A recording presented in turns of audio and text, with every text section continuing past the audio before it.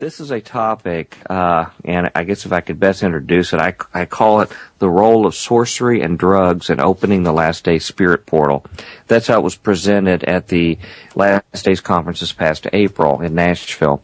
But it really was initiated based on a chance story we reviewed on FutureQuake, probably around the end of 2008, regarding this chemical DMT, which I will talk about here more so in just a minute.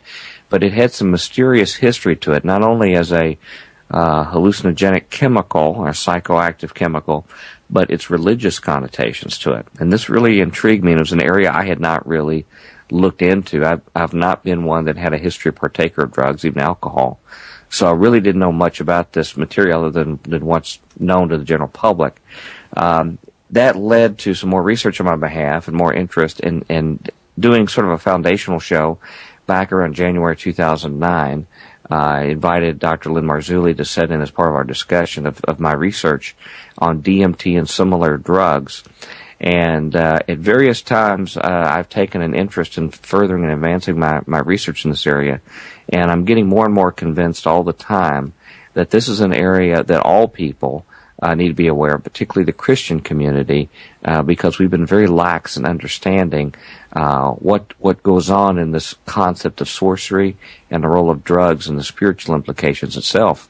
And that's really the context of my talk. So if you don't mind, I'm going to proceed further. And Chris, please feel free to interject, ask questions whenever you like along the discussion as we go here. Okay, great.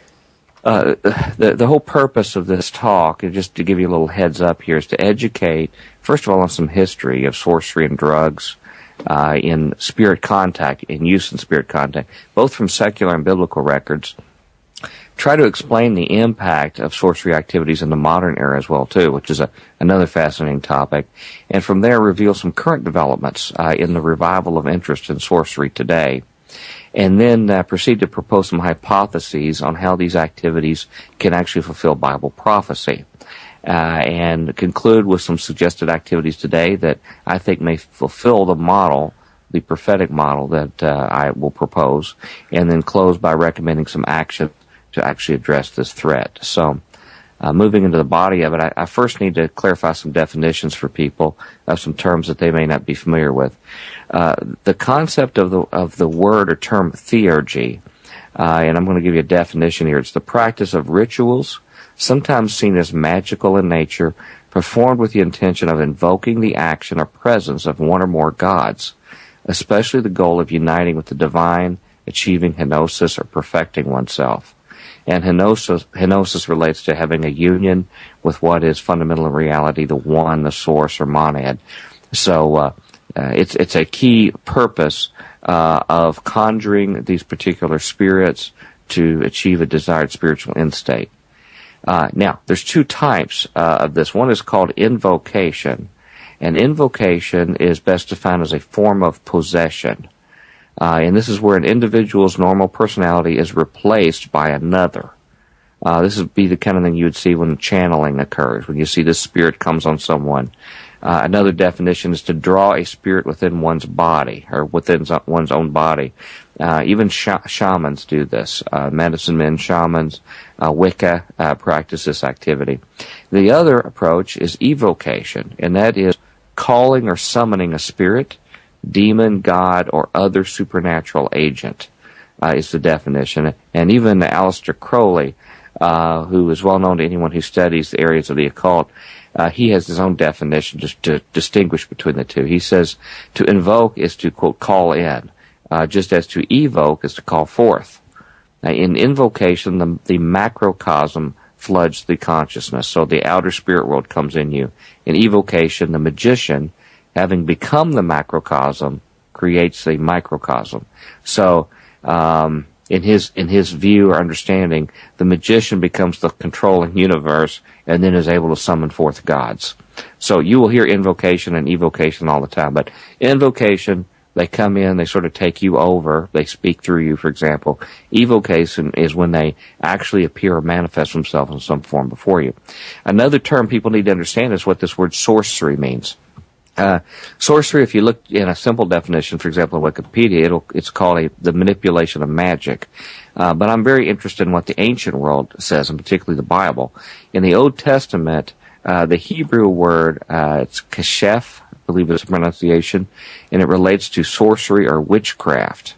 In the New Testament, there are actually two words that are used. One is mageo, and that means to be a magician or to practice magical arts. But the one I'm really interested in the most is the term pharmakeia. And pharmakeia is the use or the administering of drugs involved in sorcery, magical arts, and often in connection with idolatry and fostered by it. So drugs are a key connection, and obviously you see the word pharmakeia and its connection to pharmacy and what we know is administering of drugs. And the last term I just want to make sure people are clear on is this term shamanism. And probably a simple definition is shamans are intermediaries between the human and spirit worlds. So these are a very, very ancient form of people that do this particular function itself. Now, just to give you a couple examples that we have in the ancient literature where these events occurred, if you go back and look at the book of First Enoch. Now, First Enoch, if your listeners are not aware of that, is a book that some consider writing that is worthy of consideration as being factual and accurate. It is quoted in the Bible, in the book of Jude, and elsewhere in the Bible, which gives it very special consideration. The book of Enoch has been kept in the canon of the Ethiopian church since its earliest days, one of the earliest segments of the church body. So it's something that's considered in great esteem. Some portions of it, particularly as you get later sections that may have been written at a later date, cause more concern and conjecture. But anyway, First Enoch is held in great esteem, and it talks a good bit about what happened when these angels, 200 angels, came down to cohabitate with women in the days before the flood. And this event is alluded to in Genesis chapter 6, as well as, again, in Jude and a few other places in the New Testament. But a couple of these people, and these are in foreign tongues, so I'm not often able to completely pronounce them correct, but Semjaza and Amoros were two of these leaders. In fact, Semjaza is considered possibly the ringleader of these angels who, as the Bible says, left their first estate and came down to cohabitate with women. It says that later they were judged for this at the time of the flood and were actually imprisoned in a special place called Tartarus. But one of the things that the book of Enoch says that they did was they taught mankind enchantments and root cuttings. Now, enchantments is a key word as used in the Bible because it relates to using this drug-related sorcery, and root cuttings are basically using the kind of things like you associate or connotate with classical witchcraft, where you get these roots and cut them out and make potions and spells and things like this. So it suggests that there was an effort made by the dark forces to take the initiative to contact mankind and to introduce them and teach them these techniques.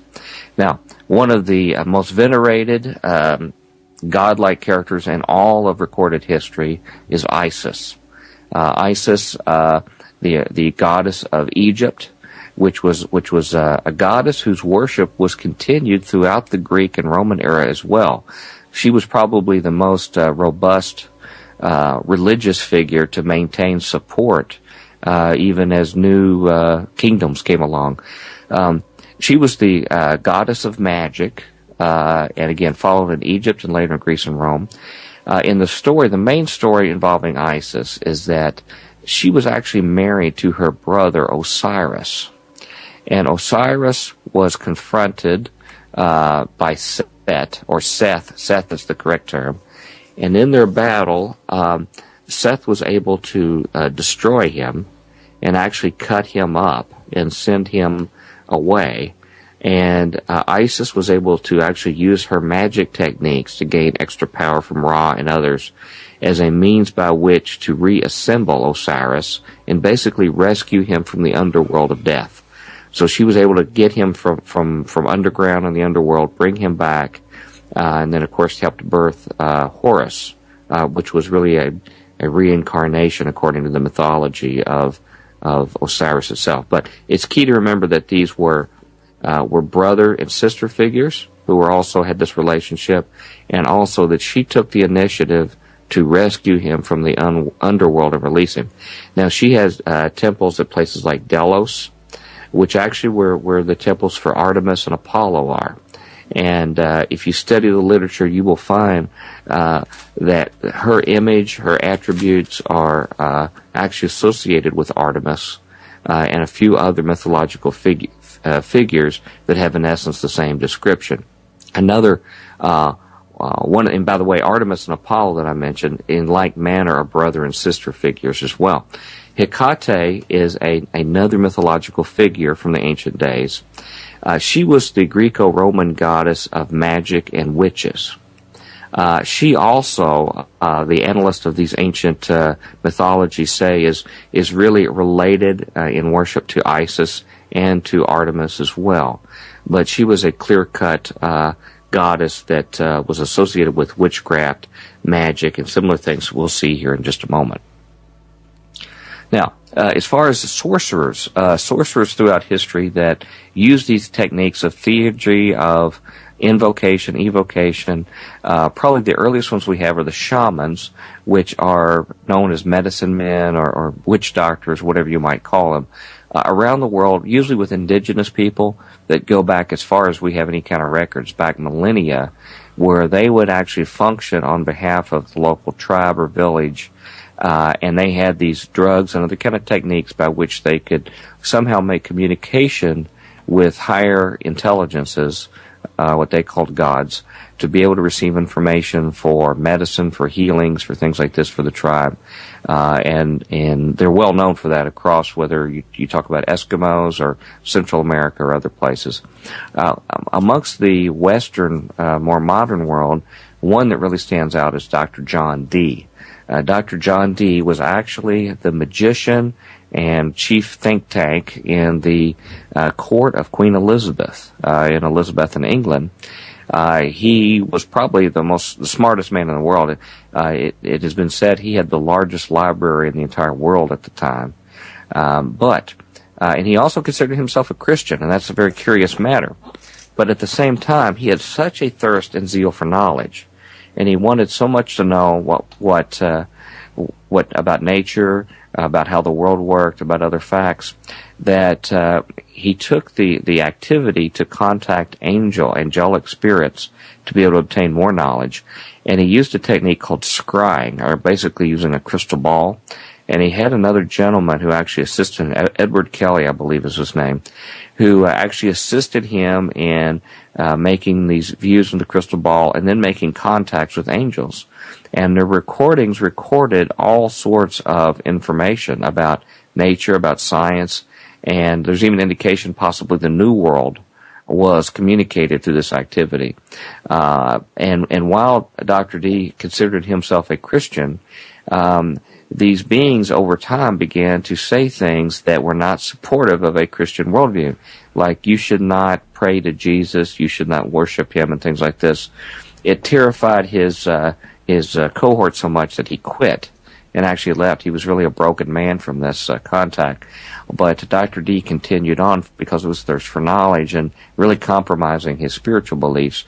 And one major contribution he made was something called Enochian language and Enochian magic. And this was written in something called the Keys of Enoch.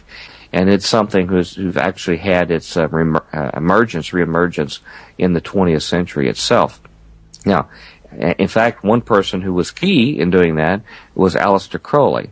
Aleister Crowley was really the preeminent magician, sorcerer of the 20th century. I think he's without peers, undisputed, as the key in advancing occult knowledge, language, in doing workings itself.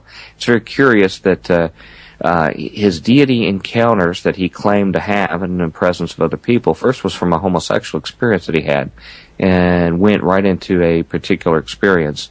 I'm studying more about his background right now, but there are a number of characters from the spirit world that he claims to have contacted him. One was called Iwas and dictated to him something called the Book of the Law. Later one was called Lamb, And he's drawn pictures of Lamb. This is back in the teens, 19-teens, and the picture looks remarkably what we associate with alien grays today. But he taught ceremonial magic as well as the ritual use of drugs. And he was a very big proponent of drug taking as a way to bridge the gap to be able to make this contact with the spirit world, both at his abbey of Thelema, where he liberally gave away drugs, and even his own addictions that he had as well to it. Another gentleman I can mention from the 20th century that played a critical role was someone by the name of Jack Parsons. Jack Parsons is one of the most little-known people in American history, but one of the most disturbing persons in background.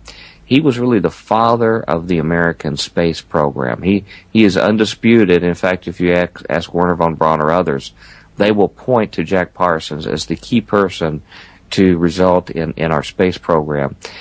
He not only made our first rockets that were used in World War II, but he founded the Jet Propulsion Laboratory. He founded the Caltech rocket program.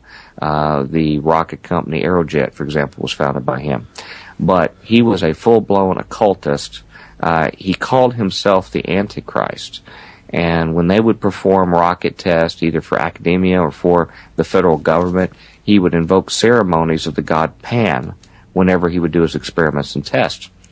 And he took on the mantle and ran the occult group, the main occult group in America out of Southern California, and was in direct correspondence with Aleister Crowley, and really was seen as his protege. And he developed a group of scientists, literary people, and others that would do these dark occult practices in his home, scare neighbors and other people. Even famous actors like John Carradine participated in these activities. But it became an issue with the FBI as they were watching these things. The thing he's most famous for is something called the Babylon working.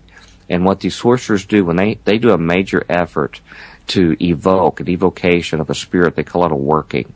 And in the Babylon working, he wanted to produce the great whore Babylon that would be, materialize and make itself manifest in this world, and so it could be a consort for the Antichrist in this world. And this activity was done in January 1946 with none other than his assistant L. Ron Hubbard, who was later known to found the Scientology religion. But they worked together and did this effort, and according to their reports, they had another assistant, a woman named Marjorie Cameron, and they claim that they actually witnessed a manifestation of the spirit into the world through their activities itself. So this is just a sample of a few of the people who, in the modern era, have fulfilled this role and well known.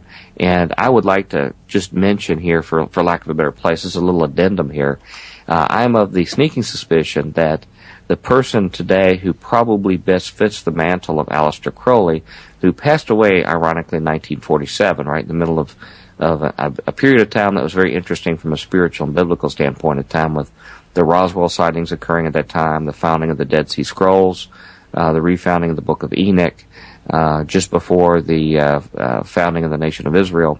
But since his time, I believe that his mantle probably most likely fits on, of all people, the author, comic book impresario, Alan Moore.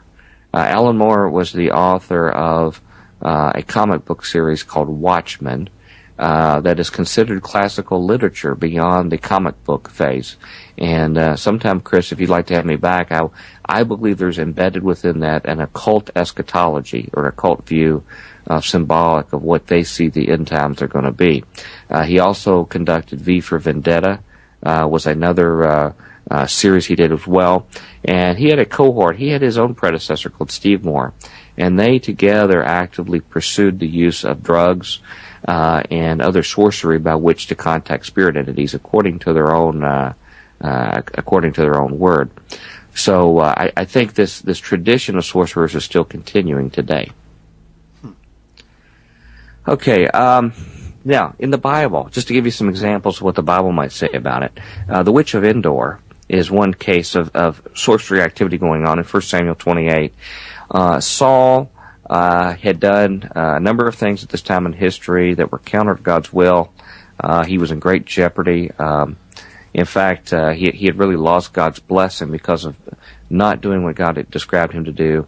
At the same time, he had lost his main associate, the priest Samuel, who was really his main advisor from God, and he felt totally helpless. He was in desperate distress, and had to seek out someone who could attempt to contact a dead Samuel to get advice about an upcoming battle.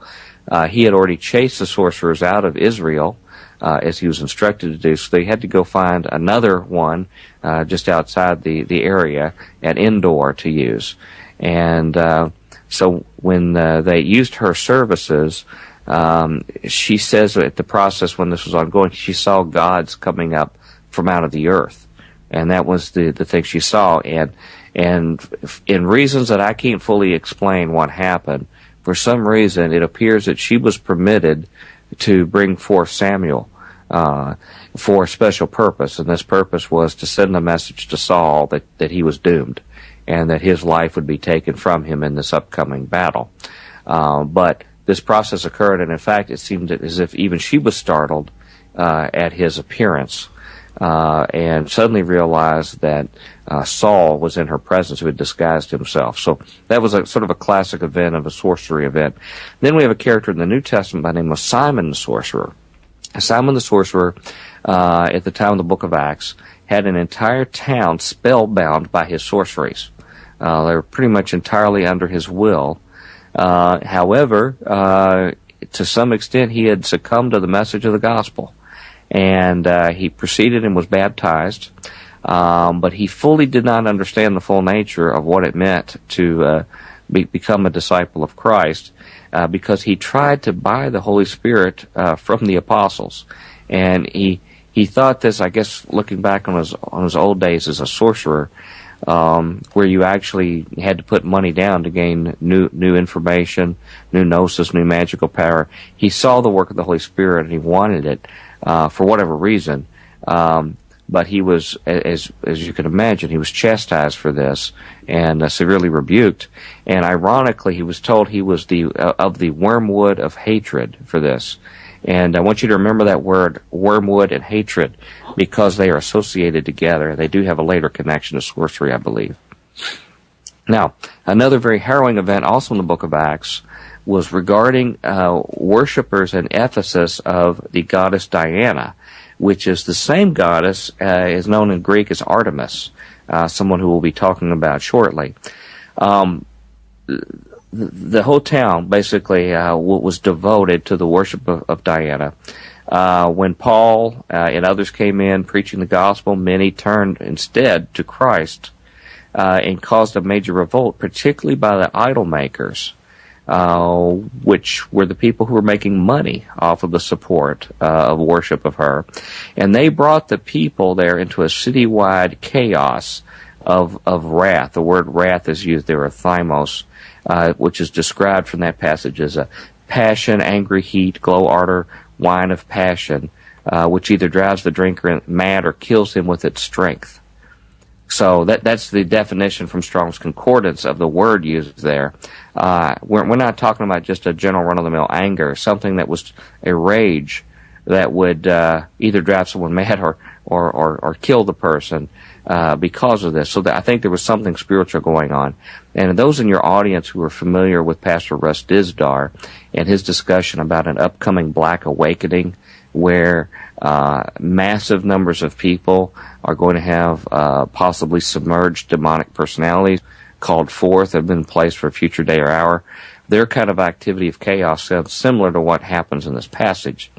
And in this discussion of Diana, they mention that an image of her that was in their temple there locally had fallen from heaven. So they had this idea of her being in the heavens and falling down into the temple itself. And I just want to tell your listeners to keep these elements in mind, because they're going to be cited again. Later in Revelation 18 is a very, very important passage that many people gloss over, Bible teachers and others. In that passage, if you read it, you will find very clearly that the kings of the earth and the great merchants of the earth conspire together, and it says they do sorcery, and the word used there is pharmakeia, which is the use of drugs to control the activities of the world. And it says, through this, they deceive the nations of the earth. Which is a very, very powerful passage and describes a lot of what is talked about on internet radio shows today about the deception of our world systems and institutions over the populace, over their control of food and drugs and things like this. Well, that's right out of the pages of the Bible, I believe, and I think this passage makes it clear that there is a consortium of government officials, as well as people that are in the business, in the commercial business, and they find it to their mutual advantage of control to make use of sorcery, which involves the use of drugs, and also through dark spiritual powers. And the net effect is they're able to deceive large portions of the world public in their process of this communication. Now, just going into some details of some of these chemicals that we're talking about, some of the more common ones. And these chemicals would probably be best described by the term entheogens, which are drugs which do something to your psychosis, your spirit, to enable you to overcome any barriers, to make direct contact with spirits in the spirit world. And some of the natural substances include something like, I believe it's pronounced psilocybin.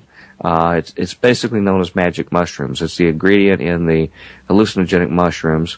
We have another chemical called scopolamine, which is also enclosed in chemicals like or plants, natural growing plants like belladonna, henbane, witch's herb, and even something called angel's trumpets, which is very ironic given a later reference we're going to make here.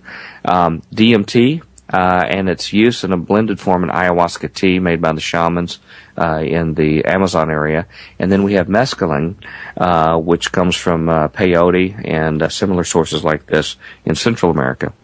Now, there are man-made chemicals. We have not been satisfied with the natural entheogens. Man has decided to make his own more concentrated versions, and some of these are things like LSD, chemical DMX, which I'll mention more just in a moment, and even commonplace alcohol, in certain cases, does a very effective role as an entheogen.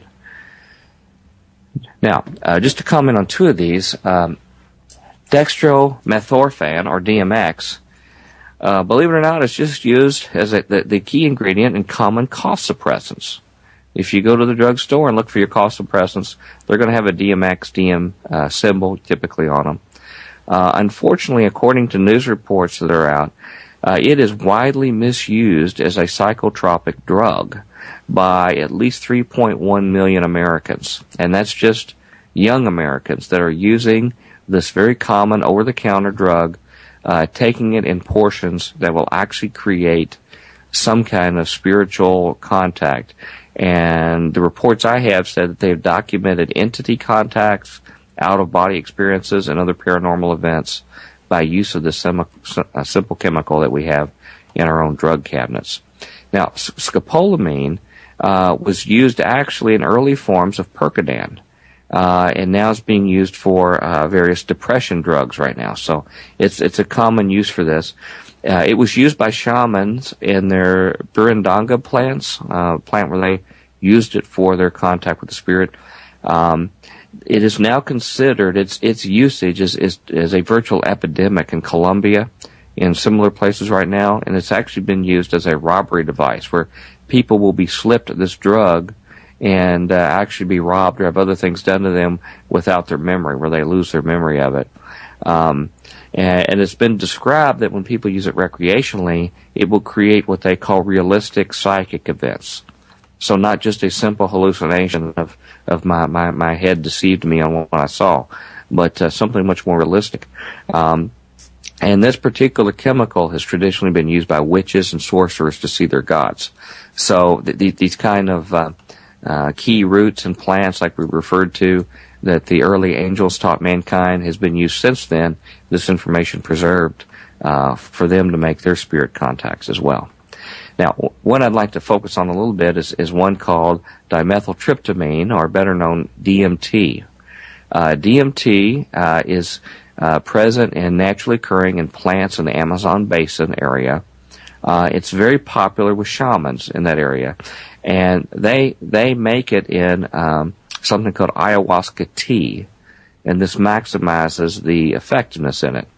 Now, this particular chemical is made in various parts of the body. Some have theorized that it's actually produced in the human pineal gland, which we'll speak about in just a moment. But in any case, it's made within the body. Unfortunately, or fortunately, however you see it, are other enzymes that are actually in your gastrointestinal tract that will actually quickly dissipate its presence in the body. And these are called, I believe, monoamine oxidase enzymes, or MAO. And what happens is you need to take something called an MAOI, or MAO inhibitor, chemical that will actually stop these enzymes from breaking it down. And that's, in fact, what is put in ayahuasca tea. The other ingredients that are added do this MAOI function of inhibiting the breakdown of it and allow it to go through your body and your brain for even a multi-hour mystical experience. And DMT is one particular chemical that has earned a reputation for very reliable contact with the spirit world. Virtual 100% incidence of a deep spirit contact with taking the chemical, and usually within seconds for many cases such as intravenous use. Just to give you one example of what a DMT experience would be like, there was a National Geographic magazine columnist that went to the Amazon to, quote, experience DMT and take it along with the shamans in this ayahuasca tea.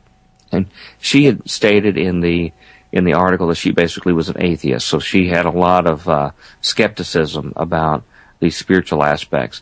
But what happened was when she actually took it in their little circle where they pass it around and take it, she said she experienced, and this is just a summary, she was falling down this deep chasm or abyss and surrounded by souls that were crying out to her, that were reaching out with their arms and crying out and asking, pleading for help, that she would get them out of where they were stuck or kept.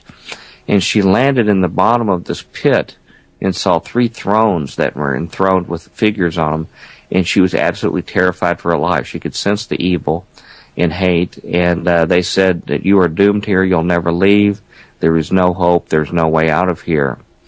And one of the curious things about this particular drug, unlike just a garden variety hallucinogen, is that communal experiences seem to be possible with this drug, where people experience a common reality.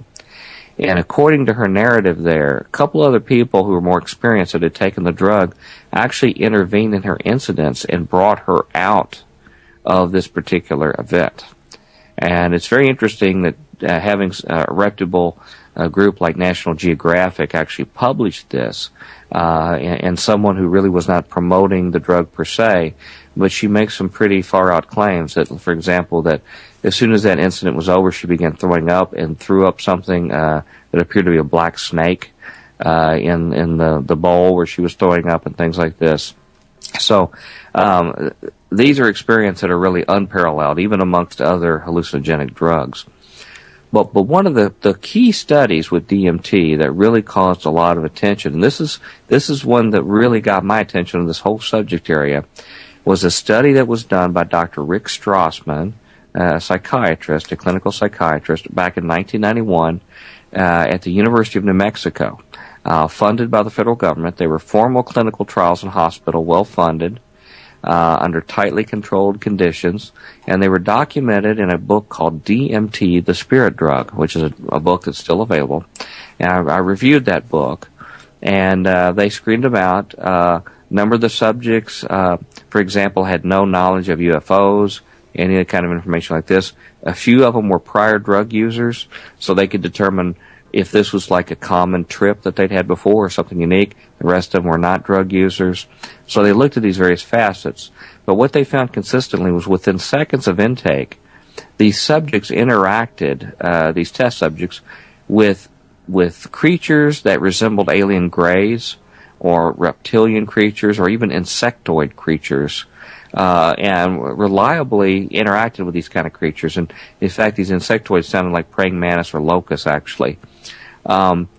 while the test subjects were there, they were even being interviewed while they were having this experience. So Dr. Strassman was talking to them, taking notes while they were encountering these entities.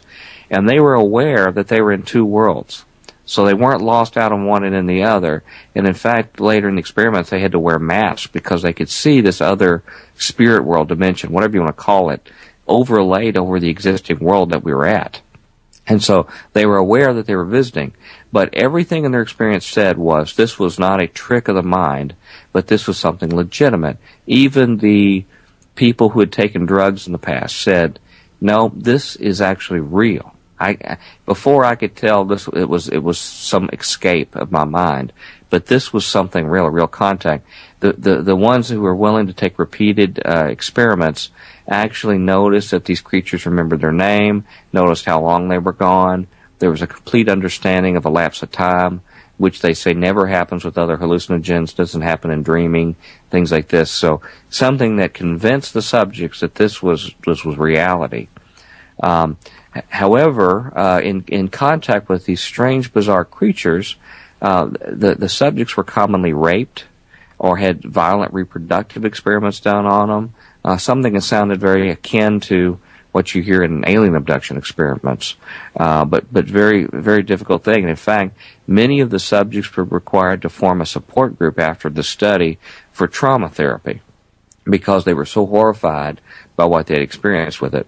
But ironically, not only does this DMT ingestion process occur with indigenous tribes of Indians down in Central America, but there are now DMT churches that take it in a religious context. They're all over Brazil, and I believe they're actually in America now. And these particular churches, there was a court case trying to get them to stop to take this particular drug, and they said that it was part of the religious observance, and I believe the U.S. courts recently upheld it as valid. So I would expect to see these churches actually spread throughout the United States. Now, there's very interesting elements. This is something that I can't talk about from the narrative. You have to see it. But someone has actually attempted to make some pictures of something representative to what they would experience. And of course, in a two-dimensional picture, you can't represent what a real, full reality experience someone would be. But the kind of things that they mentioned were all sorts of vivid, bright colors, things like linear type events that were distorted, like, for example, a piano, a thing of piano keys that would actually be distorted and contorted. They would see little demons, little imps and demons that would watch them. And they most of the time, every one of the people would see a cloaked figure, a cloaked figure that they took to be death, that would have a skull for a face, but it would actually have eyes, actual eyes that would be following them. And as they would go from one type of event to the next, this creature would just sit and watch them through all of this. But to sort of segue back to our physiological causes for this, we're going to talk back to the pineal gland. And I just want to start with a quotation from Hitler. This was out of a autobiography or a biography done by Hermann Rausching, one of his close associates in his book Voice of Destruction. He says, Hitler stated, "Some men can already activate their pineal glands to give a limited vision into the secrets of time." Hitler also told Rauschning that a, quote, new man would be created using the visions and scientific knowledge already being transmitted through these men's pineal glands. So this is something that's known to be something very special for a particular period of time. Now, to further explain this pineal gland that Dr. Strassman believes is directly connected to the production and use of DMT, the pineal gland is a gland embedded in the center of your brain, directly behind your forehead, almost right between your eyes, surrounded by the brain. And it's called pineal gland because it is shaped like a little pine cone. Looks just like a pine cone, about 6 to 8 millimeters in diameter, but it's this pine cone shape. And it produces chemicals like serotonin, DMT, and other similar tryptamine chemical, serotonin, which affects your general state of well-being, melatonin, which is a derivative of serotonin, is created in the pineal gland. One of the ironies, just little tidbits about the pineal gland, is that fluoride in water will actually calcify it. And that's why you can see a pineal gland on x-rays in older people that actually is calcified, which would tend to suggest that it would inhibit its capability, if whatever its capability might be. But as it turns out, in additional research I performed in the literature, it turns out fluoride actually assists the DMT and other tryptamine neurotransmitters in accomplishing their task. It allows it direct passage into the cells and into the nerve endings. So fluoride actually has been documented as a beneficial effect in having the pineal gland do what it does.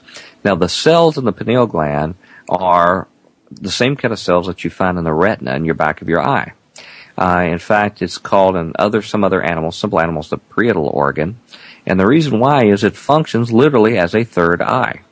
It has light sensitivity. It'll actually transmit information from light, really just like your eye does. Now, it may process it in a different way, but it actually takes light signals, converts it into something for the brain. And so it was considered a third eye in a number of animals, but ours is actually embedded, but it still has those kind of things. So it's considered a sensory organ. The Eastern world has often called it the third eye. So if you hear a New Age teaching about the third eye, and they usually put it right between your forehead, even you'll notice the Eastern world will put that little dot in India right there. It's right in the direction of the pineal gland. So they understand there's something going on there. One interesting author of the early 20th century, H.P. Lovecraft, who was the most prominent occult author, he had a very famous book he wrote, a story called From Beyond. It was later made a movie. But in this story, a machine was built that actually would stimulate people's pineal glands, people who came close to the machine. It would actually use that as a technique to send them into an alternate dimension. And these alternate dimensions were populated by very malevolent beings, so that they could actually harm and even kill people that were there. So he also was one who envisioned technology as a means by which to stimulate this pineal gland in a connection dimensionally. René Descartes, the famous mathematician and philosopher, he thought that the pineal gland was the physical portal to the spirit world. That was the place where everything going on in our body and mind went through that point to connect somehow spiritually with God or whoever. Now, something that I would propose is just a hypothesis, something for consideration, is that neutralizing this action of the pineal gland, I think, is a possibility that it might be part of what's alluded to by the flaming sword in Genesis, that actually keeps man away from the Garden of Eden and from partaking of the tree of life. This was initially just a hunch of mine, because there was such a close connection between mankind and the Garden of Eden and spirit beings, whether it be God or whether it be Satan or others. Obviously, man showed that he was incapable of being able to act responsibly in that kind of close environment. And my initial suspicions were that in addition to having a physical angel with a physical sword and a physical garden, that there was an additional representation there of some kind of protective block that God put to try to keep our actions of using some kind of means of using our pineal glands to contact the spirit world. And my suspicion was further augmented by the fact that these dark, fallen spirit beings came down shortly after the fall and began showing natural ways for men to actually use natural roots and things like this to overcome this barrier that was put in the body. This MAO, as I mentioned before, is present in your gastrointestinal system and will actually dissipate DMT unless you inhibit it and provide extra DMT. And in fact, that's what these particular roots do that have been used of old in folk religion, in Wicca, in activities like this. They were taught by these fallen angels, and I believe it was to get around what was involved in this protection, i.e. the flaming sword in Genesis to keep from the tree of life. Now, to support that, I've done some research in that passage again. These flaming swords, along with the cherubim that were there, were placed to keep man from Eden and from the tree of life, or the place of God's presence, the place of the delights of spirit contact and communication. Cherubim were always seen in the Scripture as God's guardians. And here they were guardians to protect the path of the tree of life. If you look at these words, you'll actually see it. It's a path or direction that they are actually inhibiting in the Hebrew.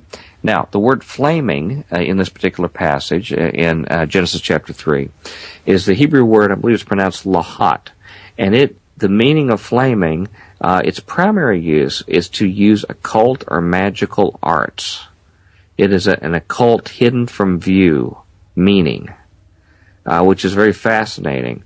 In fact, that same word is only used in one other verse in the Bible, and it is used to describe the enchantments of the Egyptian magicians.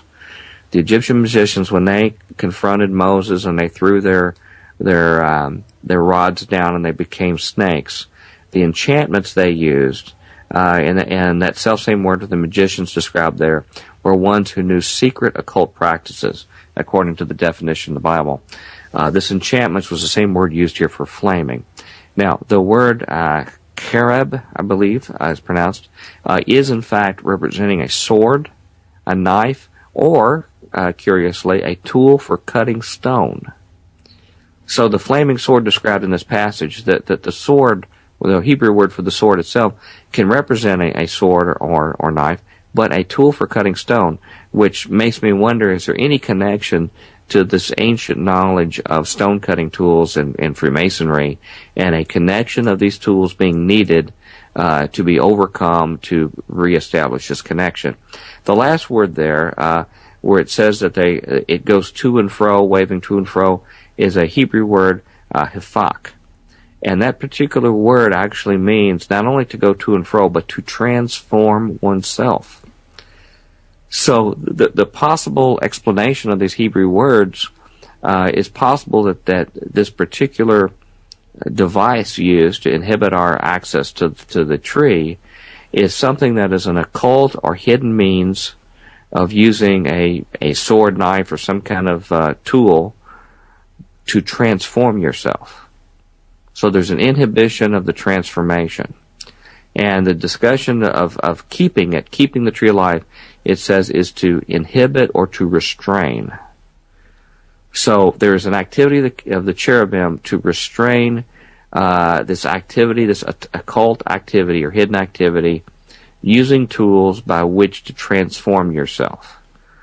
So I think that's very curious when we think about passages in the New Testament when it says that the man of sin will not be revealed until the restrainer is taken away, until he who restrains, and then will become apparent that he's there, one should be seen. So not sure if there's a connection or not, but it's very curious.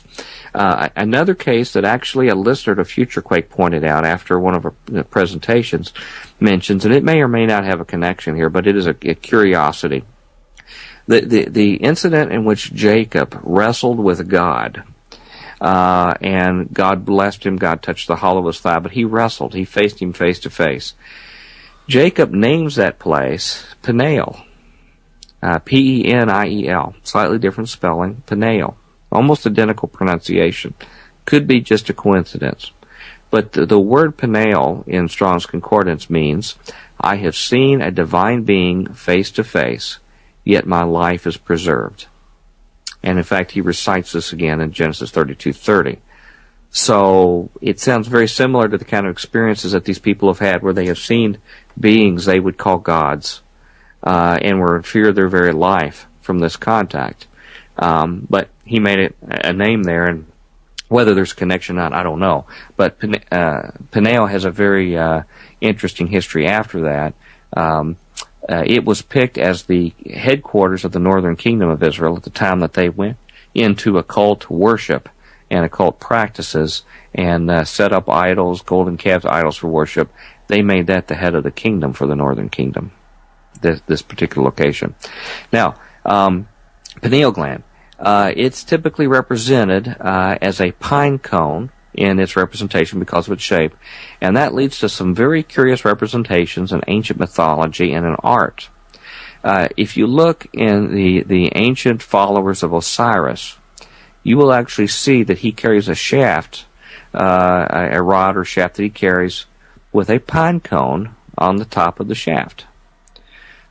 Similarly, Dionysus, who was a liminal god, or a god that controlled the contact between the spirit world and human world, who actually had a process by which his followers entered an altered state via drugs to be able to make this contact in this ecstatic state.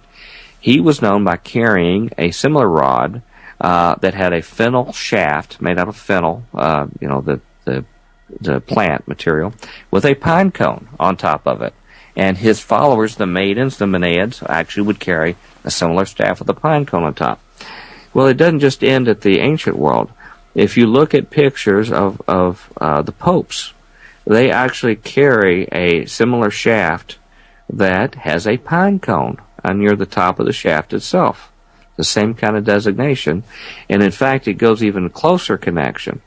If you go to the Vatican and you look in the Vatican Square, you will find an area called the Court of the Pine Cone at the Vatican.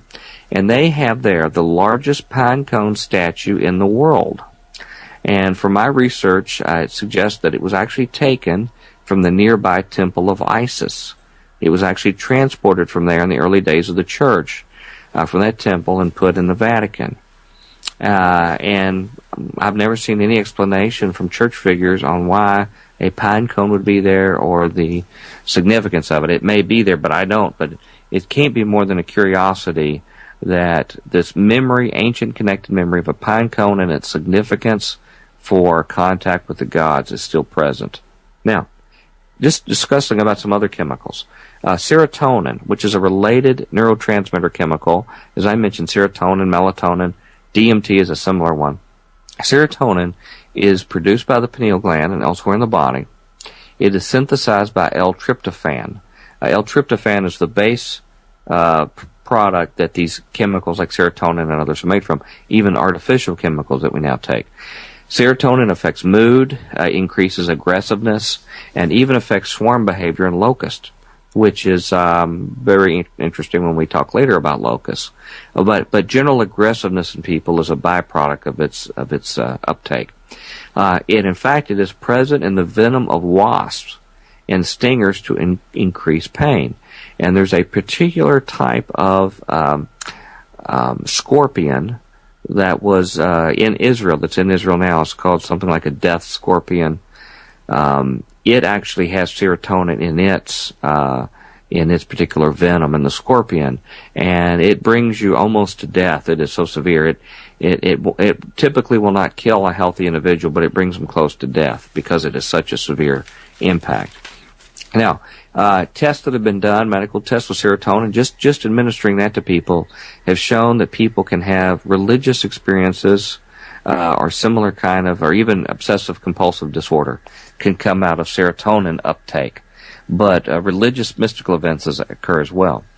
Now, the artificial hallucinogen or entheogen chemicals, DMT, psilocybin, mescaline, LSD, they all interact with serotonin receptors and basically replace its interaction. So they actually can go in and when serotonin is low and actually replace it and do the same effect on the nerve receptors.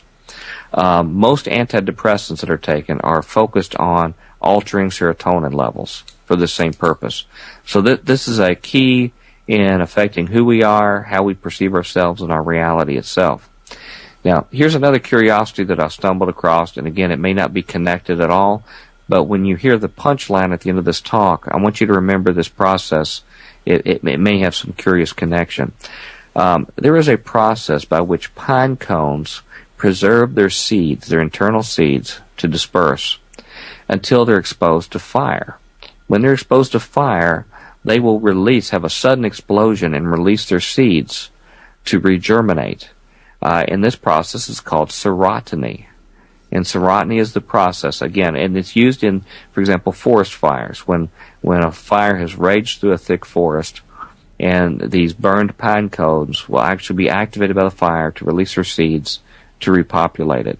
I think there is a mystical connection there that hopefully I'll refer to in just a moment. Let me pursue with another entheogen that has its own potential revelations. This is something that not too many people know about, but people are starting to find out about real quick, including myself. And this actually is an alcoholic drink, a spirit, ironically called a spirit, called absinthe. Absinthe is known by most people as the green fairy or the green goddess, and that's because in its normal state it has a pale green color. It is a highly alcoholic distilled beverage. Its key ingredient that makes it absinthe is it uses the wormwood plant. And the Greek name, the official plant name, Latin would be Artemisia absinthium. And it also uses fennel in it and a few other ingredients as well. And remember, we've already mentioned fennel and its connection with the pine cone and these staffs in the spirit world. But again, it has this pale green color, and it makes this very special material, as you're going to hear. Now, absinthe was the obsession of European culture in the late 1800s. It actually has a connection far back to the ancient world. This wormwood-based alcoholic beverage was actually known in the Greek world as absinthites oinos, or absinthe wine, and it was used in the worship of Dionysus. It was used to get them into an ecstatic state where the Menaids would actually be totally filled with his presence, have contact with him, may at the same time they would run, according to the ancient writers, run across the hillside. If they grabbed oxen or large animals, they would rip them apart, limb from limb, and then consume them while these animals were still living, consume the raw material. Even humans, it was reported that they would actually do this too. They were a terror. And these were women, maidens that actually got together, went into the state. So it has ancient connections. It was even used for medicinal uses and things like this. But its real golden age was in the late 1800s in Europe. It was very popular with the bohemian artist bad boys of the era that we know well in literature. People like Oscar Wilde, Vincent van Gogh, Salvador Dali, Pablo Picasso, Monet, Hemingway. They all were voracious consumers of absinthe. And they all claimed that what was unique about it was that it connected them to their muse, or their spirit being that would actually inspire them and tell them what to do in their artistic endeavors. Many of these consumers, ironically, end up going mad later. They were actually left insane eventually due to the absinthe or other reasons. And not surprisingly, Aleister Crowley was obsessed with it. He actually consumed it in, of all places, New Orleans, at a place called the Old Absinthe House.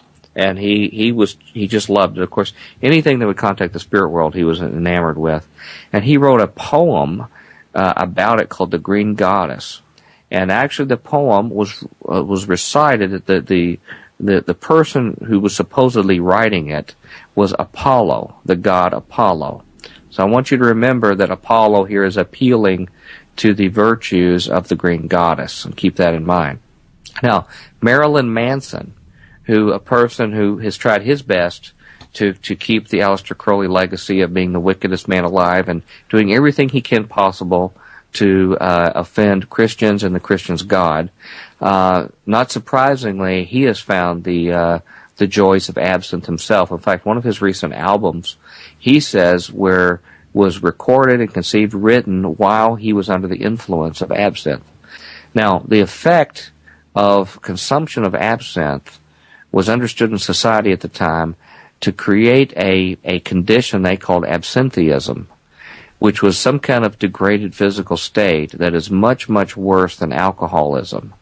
And if you look at the slides and pictures, you will actually see some beautiful art from that era where you see this green goddess or green fairy actually seducing men and just driving them to ruin, basically. As a result, in the widespread abuse of this chemical, it was banned in most of Europe, almost all of Europe and the United States, ironically, until just recently. Just recently it's come back. And in my presentation, I actually have pictures of the of this green fairy and the effects it has on men. Ironically, some of the art from that period of time actually shows them attempting to burn this green goddess at the stake, but they see her rescued from a version of her in the skies. In the clouds in the sky, she's coming to the rescue. Now, this connection to absinthe and Artemis. Artemis, whose name, and it's acknowledged in the literature, in the naming of the wormwood plant, that it's referring to Artemis, the goddess.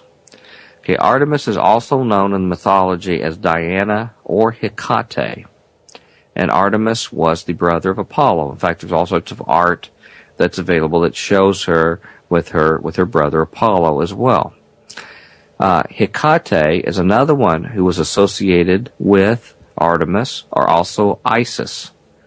And she's known as the goddess of witchcraft, and she is a liminal god, which means she controls the portals to the gods themselves. She's the doorkeeper to make it available. And in fact, she is associated, this manifestation of this goddess, known as Hecate, this version is known to be associated with fire, with keys, and with sorcery, are some of the key things associated with her. Now, it turns out in their history, this myth and legacy that they've retained, she was the only Titan, or near godlike type figure, which some people associate the Titans even with the fallen angels. That again I mentioned earlier for Revelation chapter 6. Many believe that the Titans are a legacy of these creatures in literature. She was the only Titan that was not banished to the abyss by Zeus, and so just like these fallen sons of God, B'nai Elohim, they were banished to Tartarus, and it ties to the legends of the Titans as well. But she was spared. And what she was known for is she taught the use of plants and the use of drugs to help in witchcraft and in the sorcery activity. And in legendary writings, famous literature like the Golden Ass, she is clearly stated to be the same one as Isis. Now, to proceed further with this line of thought, let's go forward to Revelation chapter 8. And just take all we've learned here so far and look at what I'm saying is a hypothesis, a possible scenario. It's very different than what I've heard other people talk about, and I extend it only as a hypothesis to consider. It's not something I'm certain has connection, but it's worthy pondering. Revelation chapter 8 talks about the trumpet judgments. Okay, so these trumpets are blown. Every one of these trumpets has some association with 1/3. Or a 1/3 destruction as a result. And I'm under the presumption this 1/3 was intentional to relate that these judgments are pertaining to Satan's rebels, the original 1/3 that rebelled along with him away from God, and that they're symbolic that all of their workings and their ends on earth are being judged. We see the second trump occur in that passage, and the seas and the ships themselves are impacted. In fact, it's clear that they're talking about real oceans here. There's a big stone that goes down and hits the water like a meteor. It capsizes ships and destroys them. So it's a clear relationship. But there's a third trump that happens, and sometimes people confuse these two in what's happening. But I don't believe it's a redundant punishment of the water. I think there's something else going on here. In verses 10 and 11, the third trump is blown, and it says a great star. The Greek word is aster, and it's described elsewhere in Revelation as being an angel. The word star is used for an angel that falls down. Okay, and this angel falls, and its name is described as wormwood. Now, the word, if you look it up, the Greek word, it's G894 in Strong's. It's absinthion is the name of this particular, what I believe is an angel, wormwood. And in fact, it is a proper name. It says it's a proper name in the Greek, and that it uses a feminine form. Now, I recognize gender can be very tricky in languages, and I'm not a linguist. So I know gender cannot necessarily mean men or women, but it has language uses. But ironically, it mentions this feminine form. And it says it is burning like a lamp or a torch.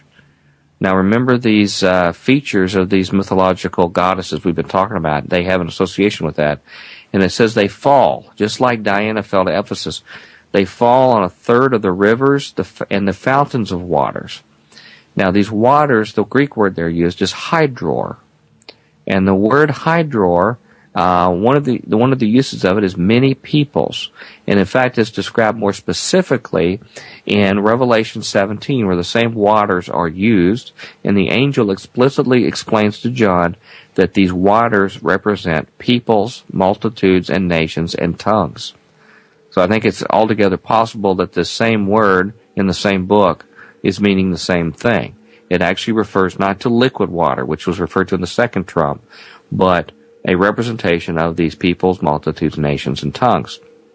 As a result of that, in verse 11, it says a third of these waters, or possibly peoples, become wormwood, absinthion. Okay, so they take on, or they invoke this deity, absinthion, or wormwood. And it says as a result, many men died of the waters because they were made bitter. Now again, if we're not looking at physical water here, and this word bitter is actually the Greek word pekano. And pekano means to render angry or indignant. So I see a possibility that you have these followers that have actually taken on the Spirit and become bitter or angry, indignant. And as a result of this effect, many people die because of what happens to those who this wormwood falls on. Also interesting to point out in this passage, in the first trumpet you see trees are burned up. The second trumpet you have seas attacked. The fourth trumpet you have 1/3 of the sun, moon, and stars, where there's no shining day or night for 1/3. And as it turns out, Diana, Artemis, Hecate, Isis are all goddesses of the forest, seas, sun, and moon. So these are the very elements that are described in these particular set of judgments that refer to the attributes of this goddess itself. And in fact, I'll just mention further that Alan Moore and his protege Steve Moore, who are these well-known literature people of today, they worship the goddess Selene. And it turns out Selene is a moon goddess that is equivalent to Artemis. So we still have this particular worship that still goes on today. Now, the chapter 8 of Revelation ends with this narrative that I just described, and then the beginning of chapter 9 starts with an angel who fell from heaven and who has keys. Now, this angel is described in the King James as being a he, but when you look, I see no evidence of gender in the Greek for the angular description. There's no male or female given, but it has keys to open the abyss. And it releases who? Apollyon, the Hebrew version of Apollo, and locust. So I'm seeing a picture that's actually forming here. I think people can connect the dots from this. I believe that it's possible that this wormwood, for example, the star who's thrown down at the trumpet is the same star who carries these keys forward, particularly since this goddess is associated with carrying keys to the spirit world and to the underworld. So then this Apollo was released, who was the brother of Artemis. So to just solidify the interpretation that I'm leading with this hypothesis would suggest that Artemis/Hecate/Isis, whoever this liminal goddess is, she falls down in fire, as she's described, comes down in fire. She empowers her followers as a result, which is really a satanic knockoff of Pentecost. So they are actually empowering their followers just like the church was initiated at Pentecost. And as a result, there is a massive worldwide human sacrifice, blood sacrifice that ensues with the many people that die. These followers that have had the Spirit come upon them, they become bitter, they become rage, they kill en masse. And as others who study this subject matter say, that there is incredible occult power and strength in sacrifice, particularly human sacrifice. So if this is done on a worldwide scale, it may provide the sufficient power for this abyss to actually be opened and the keys itself. So I would not be surprised if this is done in some kind of semi-ritual process where they'll be released in a type of ritual to do this in the process of unleashing her brother Apollo, which I would call in the vernacular of Pastor Isidar the ultimate black awakening of humans. Now, in Revelation 9, at the end of this passage, after the abyss opens and these locusts come out, and remember what I said that that serotonin, one of the key chemicals in the pineal gland, actually creates swarm behavior in locusts. And you know these locusts are actually released. And actually it's a key ingredient in their stingers, particularly in these very deadly scorpions in the Middle East. And as we know, we hear that these stingers that they have are stingers like scorpions that attack people for 5 months. And these people, it's almost like they're paralyzed, almost like a sleep paralysis or some kind of alien abduction event where people are frozen and can't move.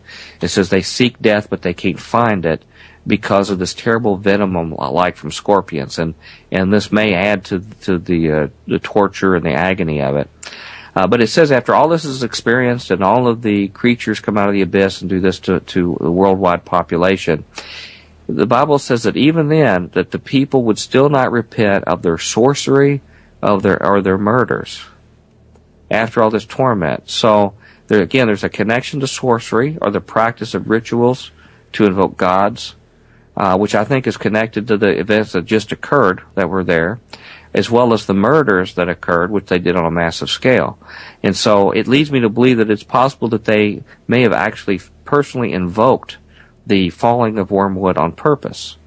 So what we see in Revelation 8 may be an event that happens by these followers, maybe under the direction of the false prophet, but as a result, the Spirit comes down and dwells people, and what happens from there they may not be totally expecting, but they get what they ask for.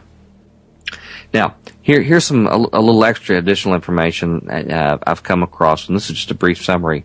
I have a lot more information to discuss some of this.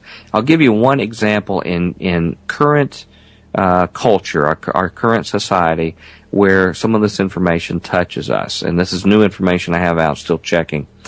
There was a hospital established in the 20th century called the Charlestown's Hospital, and it was known as something called the belladonna treatment for alcoholism. And what happened, there was some mysterious man who approached this person, Charles Towns, who was not a doctor, by the way, and approached him with a mysterious recipe of drugs, natural drugs that be given to people to cure addictions. And they said that it would be certain to make a lot of money. This mysterious person came, gave the instructions, and left without any trace. And it's very interesting because when this was tried, it was first tried on criminals, underworld figures, criminals who were overwhelmed with opium and other kind of addictions, cocaine. And then the federal government approved it to be used on millions of people in China, who obviously had a lot of opium addicts. So it was used in mass on large parts of the population. This same gentleman, even though he wasn't a medical doctor, assisted in developing the early national drug laws that our country is still under. Now, what makes it really interesting is when you know what the belladonna cure comprises.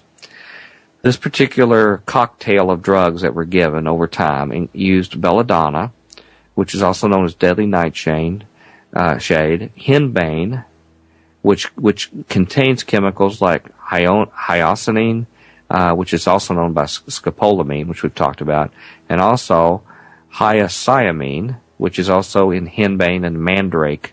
All these chemicals, by the way, if you've noticed and heard of them before, these natural herbs, belladonna, nightshade, henbane, have all been used by witches for untold periods of time, for potions.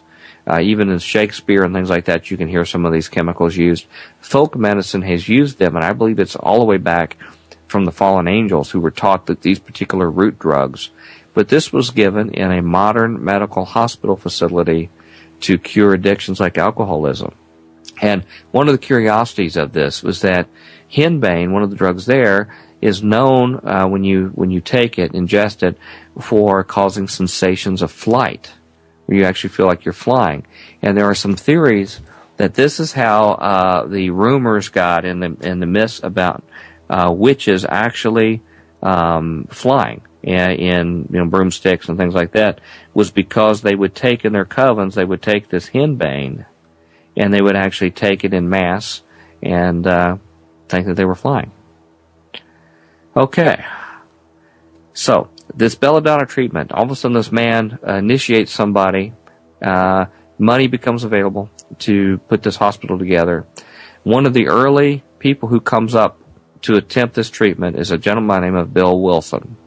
Bill Wilson is a drunk at the time, but he will become the founder of Alcoholics Anonymous.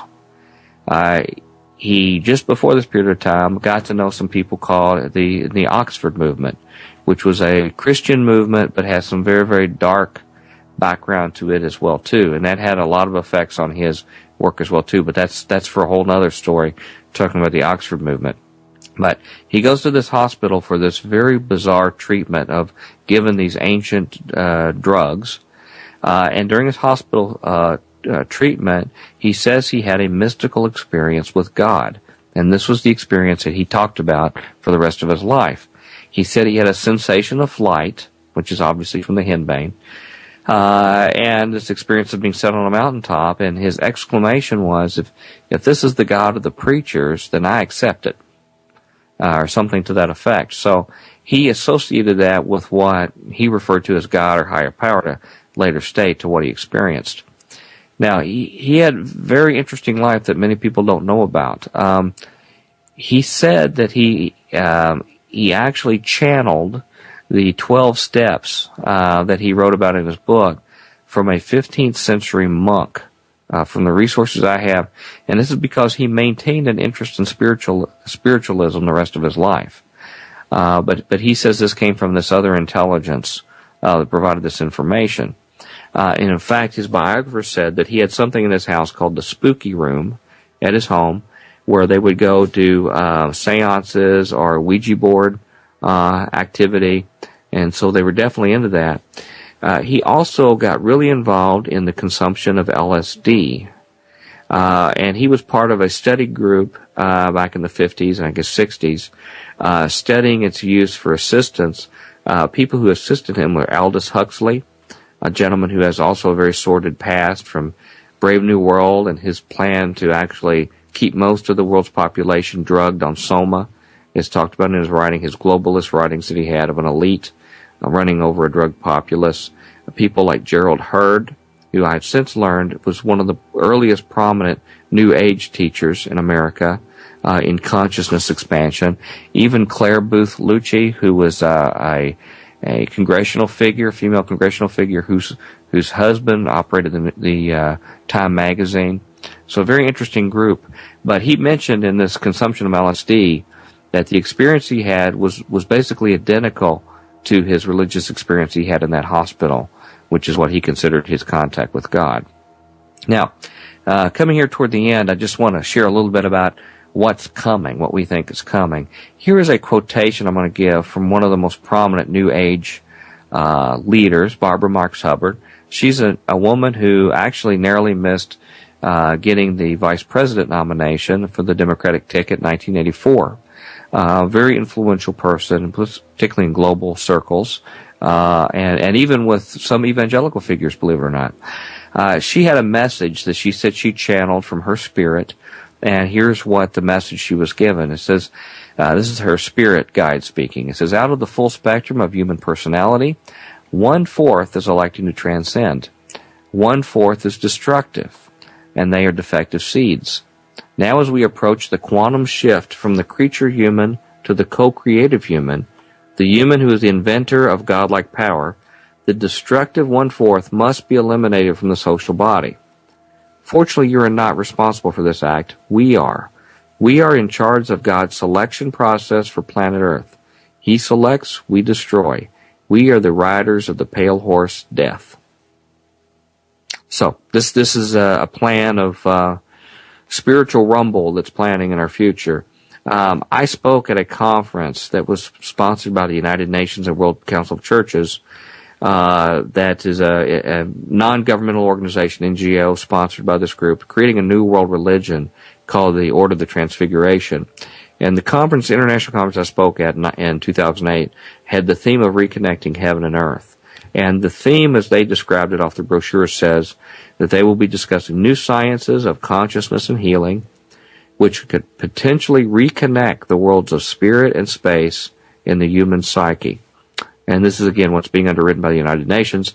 And the cover of the brochure has a goddess who actually has the earth in one hand and has these stars in the other hand, where she's reconnecting the stars to earth itself as a type of liminal goddess.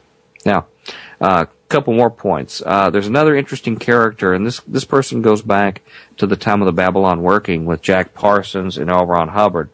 The female who they say that they conjured her appearance suddenly from an earlier magical working they did was a woman by the name of Marjorie Cameron. She assisted them in the Babylon working in 1946, January, with the goal of releasing the whore Babylon, which they were planning to be the consort for Horus, or the Antichrist, which was the resurrected Osiris. Ironically, she referred to herself later, and she was very prominent after this event. She starred in movies by the occult filmmaker Kenneth Anger. She was a main star of it. She was a head of occult circles the rest of her life. But she referred to herself as a female as the Wormwood Star. So she clearly saw a female personification in their internal teaching to a feminine personality known as Wormwood and as a star itself. Just another quick comment back in Acts chapter 19, the chaos at Ephesus. I mentioned this Black Awakening connection, and I think people can read that to see if there's anything to this mass invocation of demonic spirits in people, that there's sort of a initial run of it in Acts 19 when you see how the people were taken over and almost cost the life of Paul and his followers, chased them into the arena, if I can remember right, or the amphitheater at the time. So, in closing, I just want to say that I'm putting a further hypothesis here that this leads me to suspect that there are plans that are being prepared for a future mass evocation of this wormwood god or goddess. And there's three aspects that appear to me from the literature that are required to have a successful mass evocation.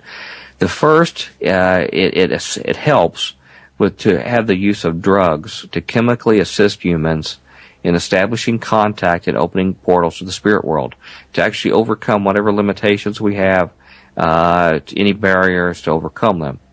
And I would say that if you do some studying in this, you will find, and you're probably already aware, most of you, that a very large portion of our population is already on mood-enhancing or reality-altering drugs. Many of these are, in fact, tryptamine-based products that affect our neurotransmitters, and in many ways are very, very close cousins, very similar in their look to serotonin, to DMT, and similar chemicals itself. And their chemistry is just very, very close to hallucinogens and their effect on neurotransmitters. The long-term effects of these chemicals, since there really so many of them are new in this generation, are not understood. But they have documentation where some of these drugs have gone and had the opposite effect at a later date, unexpectedly, of psychotic events that result in suicides, that result in death events of people, and even some of the mass shootings which we've had, and some of these shootings at schools and things, they have later found out that some of these chemicals, these people were on them, and suspected that exacerbated an event that caused this effect. Now, I also want to make sure people are aware that it's not just drugs that you take that can cause this. This also includes foods. And we are surrounded by an atmosphere of genetically modified foods. Our corns and soybean are almost 100% genetically modified. Other drugs or other foods are in this case. Also the water we take. I heard Brother Chris's comment about my water here. Fluoride is in a large portion of the population. And further study, by the way, I did on fluoride shows that it does have an assisting effect. One would think because of this calcification process in the pineal that it actually inhibit its performance. But other literature I found that fluoride chemicals can actually help take these particular drugs and transmit them and get them through to the neurotransmitters. They help facilitate their function. But our prescription drugs right now are probably the most abused drugs for hallucinogenic experiences or even religious experience, for things that aren't illegal, Sometimes they're prescription, sometimes they're over the counter, but those are being used right now. And to keep an open mind on what we ingest as being possible use for sorcery, I'd just like to remind our listeners that what did Satan offer Eve for her first experience like this, her first mystical experience to be illumined and to know knowledge? It actually was a food. He suggested she eat a particular food, and this would open eyes and help her see good and evil. So it's not just chemicals you take. It can be foods and other things that have this effect. The second leg of the triad for mass evocation are rituals. And rituals are events like you picture for magic spells and activities that occur. My hypothesis and my suggestion is that rituals, the reason why they're a key component to the evocation is they have some kind of effect in focusing faith. That there's some further human limitation in being able to stay focused in the spirit world, and rituals assist humans in being able to stay focused. And that's why the Bible is very, very careful, I believe, about graven images, because graven images can actually serve that function of focusing faith in bad directions. And that's why icons, I think, are a real danger. Any kind of graven images like this that can focus faith, one has to be careful on, because what one might accomplish with it. And I believe these rituals are already going on in our mass media. I think we're already becoming acclimated. In fact, probably leading the charge amongst the media are our movies and our music for doing overt pagan occult rituals in our music with our top artists, in our movies as well too. If you see sneak previews in the movie theater, almost every one of them are about some kind of occult activity, and such activities are ongoing. In fact, we've even gotten young people acclimated through Harry Potter and other things to make this just sort of a normal part of what's going on. But then we have TV. TV is doing the same thing too. I mean, we have video games that actually have these kind of activities. And even if you look at single events like Super Bowl halftime shows and things like this, these kind of events are happening over and over again, acclimating us for this importance of rituals. And in fact, I would just go back, just to give you another example, to the early days of Nazism, when they would have these Nuremberg demonstrations. Those were carefully constructed rituals to focus people's faith in Hitler and this ancient belief system that he was selling. And so we're being prepared in a similar form, I believe. Now, the last leg of the triad are willing subjects that are willing to invite the spirit or host. I believe God puts a protective barrier for those who do not want contact with the spirit world. Usually, when we are harassed by demonic spirits, it's because we've allowed some portal that we've opened a door for them, whether it's a Ouija board or other occult activities or things like this. And so they need to get the population more willing to invite these hosts. And I believe that there is a major PR effort, public relations, that have been going on for decades in our society and our media to create sympathy for the devil and for other dark forces. And a couple examples I would use are TV shows like Fallen on ABC, which actually showed a fallen Nephilim that was trying to get redemption. This movie Legion, which actually showed Michael the Archangel rebelling against God on our behalf because in their storyline God wanted to destroy us, along with Gabriel, and Michael comes to fight God on our behalf. Even shows like Medium, which put a happy face on these kind of activities of connecting with the spirit world. And I think you will find for other people who don't fall for these kind of things that there are more subtle things, very kind, gentle, light worker type New Age activities, the environmental movement, Masonic activities, Masons, yoga, martial arts. These all can be seemingly unassuming adult entryways into inviting, becoming acclimated and inviting portals for these kind of evocations. And I just want to point out here that human assistance in this process of bringing forth these three aspects may not always even come from willing or even witting subjects that are aware of what they're doing. There can be, many executives in movies and television, other kind of things, and publishing, who aren't aware of this kind of stuff and do not realize they're even promoting it. Not every one of them wears a cape and horns in the back, although there are some that do. I would submit that probably most Americans that aren't Christians, their basic gods mostly are Mammon and Bacchus. They worship money and they worship pleasure and anything that they find fun or fulfilling. But they can be unaware subject to help promote this activity. So in conclusion, I'd just like to say that in summarizing, drugs play a key role in opening portals and contacting the spirit realm. And not all, but many, but not all of them are hallucinations, and many of them are well documented that cannot be explained by just mere hallucinations. The consumption of substances with psychotropic properties are becoming increasingly significant in their impact in recent days. Some are done wittingly, some unwittingly in this process. And again, there's new developments as far as additives to our food and water to expand it. And this evocation scenario that I've shown here, even a black awakening response by the subjects, can even be consistent with at least one biblical interpretation or understanding of these passages.